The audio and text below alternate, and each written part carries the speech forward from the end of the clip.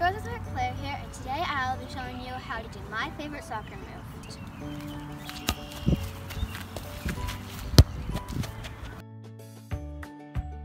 Today I'll be showing you my favorite soccer move, which is the Cruyff. The Cruyff is a good move because it's easy to shake off those pesky defenders. Step 1 is plant your dominant foot behind the ball and act like you're going to shoot or kick it. Step 2 is put your foot, non-dominant foot, over the ball and don't kick it or shoot it. Step 3 is take your dominant foot again and kick it like that and then run after it and you can catch it or shoot it.